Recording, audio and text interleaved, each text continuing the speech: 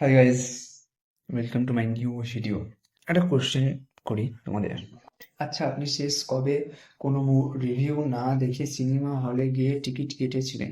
মনে পড়ছে না তো? বর্তমানে কোনো কোনো ছবি রিলিজ হওয়ায় 30 মিনিটের মধ্যেই ইউটিউব ভরে যাচ্ছে রিভিউতে।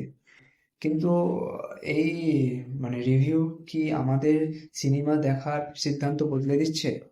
নাকি রিভিউয়ের কারণে কোটি কোটি টাকা সিনেমা হলের বক্স অফিসে মুখ থুবড়ে পড়ছে? চলুন আজ পর্দা ফাঁস করি মুভি রিভিউ কালচারে আসল সত্যিটা কি। আজকের ডিজিটাল যুগে সিনেমা হলের থেকে বেশি আলোচনা হয় সোশ্যাল মিডিয়ায়। কোনো মুভি রিলিজ হওয়ার কয়েক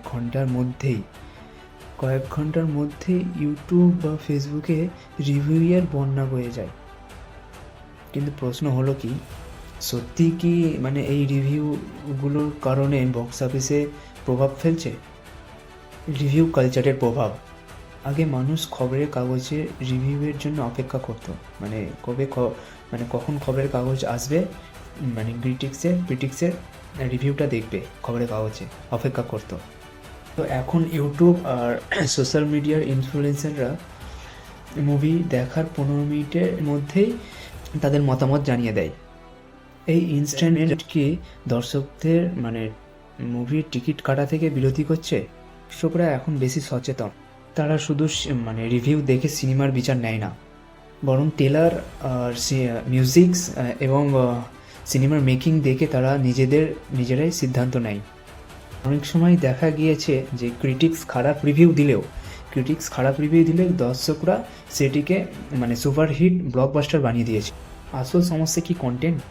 অনেক সময় সিনেমা ফ্লপ হওয়ার কারণ রিভিউয়ারদের ওপর চাপানো হয় যে এই সিনেমাটা ফ্লপ হয়েছে জাস্ট শুধু রিভিউয়ার্সদের জন্য।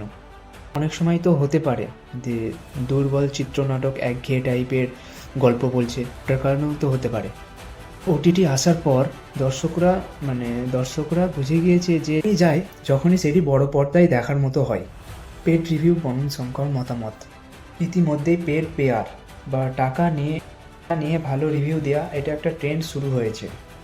রিভিউয়ার্সদের ওপর বিশ্বাসযোগ্য কমছে কিনা ও ভেবে দেখার মতো।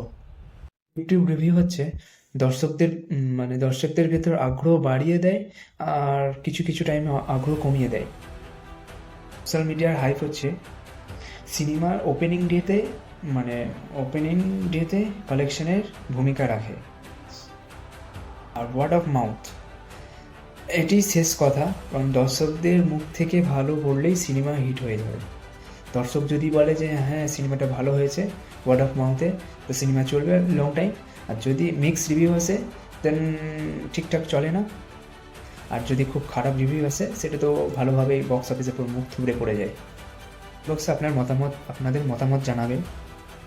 আপনাদের কি মনে হয় ইউটিউব রিভিউয়াররা কি পারে একটি কোটি কোটি টাকা সিনেমা বড় একটা প্রজেক্টকে একটা ভিডিওর মাধ্যমে সেটিকে ডুবিয়ে দিতে? নাকি সিনেমার মান খারাপ বলে দর্শকেরা আর হলমুখী হচ্ছে না? মতামত কমেন্টে অবশ্যই শেয়ার করবেন। Please subscribe to my channel and click the bell icon. অনেকজনই ভিডিও দেখছে বাট কেউ সাবস্ক্রাইব করছে না। বাট সাবস্ক্রাইব করতে কত টাকা লাগে ভাই? একটাই তো সাবস্ক্রাইব দেবেন। Please subscribe to my channel. তোমাদের কমেন্টগুলো পড়ার আশায় থাকবো, কমেন্টগুলো দেখবো, রিপ্লাই দেবো। ওকে, বাই। আবার দেখা হবে নেক্সট ভিডিওতে।